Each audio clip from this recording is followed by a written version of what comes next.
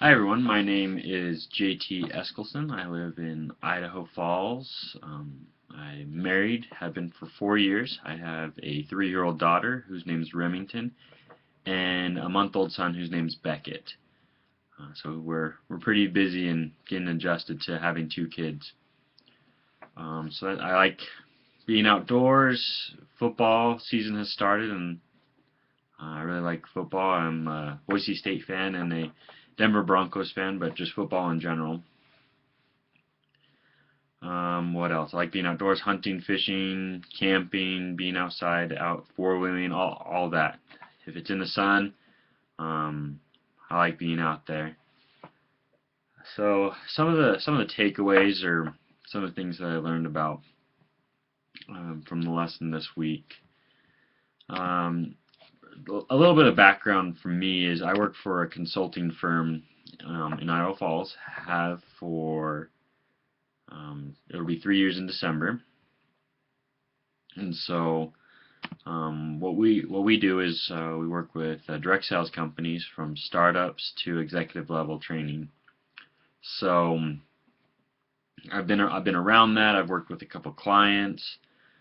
Mostly, so far, I've been assigned to clients to work and help their support center.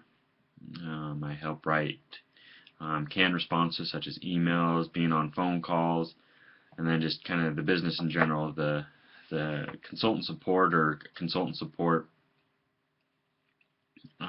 is the front lines to a company, so you can learn a lot from hearing people's complaints, and that kind of leads into some of the cases. The one about the price tracking, I think it's a good idea, or they had a good idea that. But this is how I imagine it went down in my mind, is that they asked people this service, whatever the thing was as far as comparing prices, would you want that information? And of course everybody would say, yeah, I'd love to have that information. I'd love to know what the lowest price is. But then having people use it is a different story. When I took IBC, the example was Segway.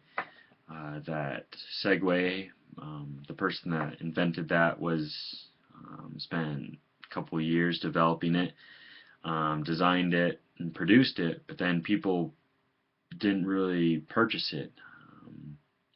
If you ask someone if they would want an easier way to walk around or get around places, sure, everybody would want an easier way to walk or get around, but as far as actually purchasing it and using it, there's a disconnect there that maybe he might have found out before then, because right now really the only people that use segways are tourist attractions and security guards. That's really the only places that I've seen those being used.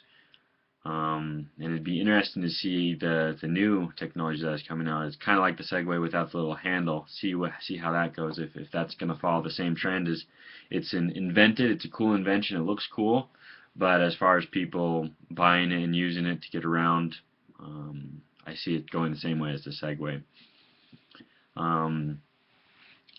As far as an elevator pitch, because of the consulting firm that I work for, we host a symposium semi-annually every April, Marchish and every September, Octoberish. And next week is actually our symposium, and we have an elevator pitch competition there. So I've actually seen a lot of them, and maybe I'll record that and be able to upload it so everybody in the class can see that if you so desire.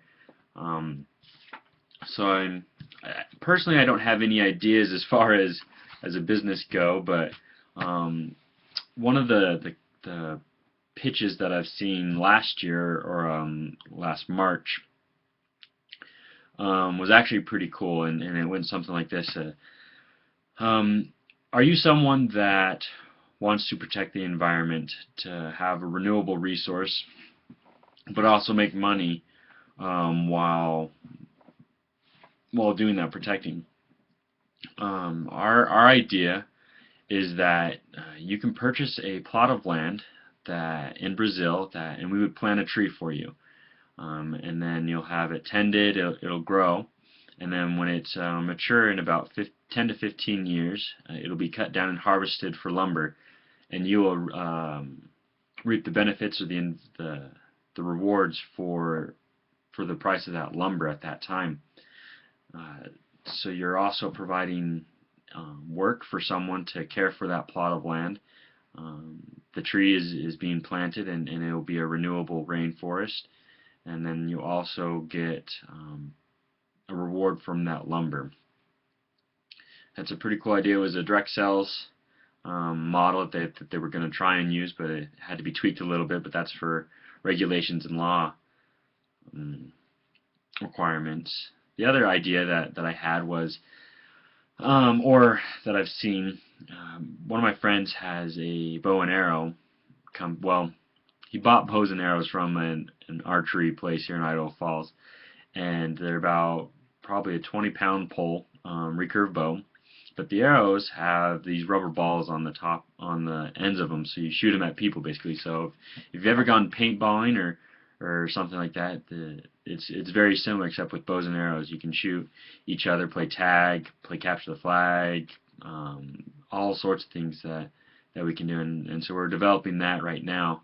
And those are just some of my ideas.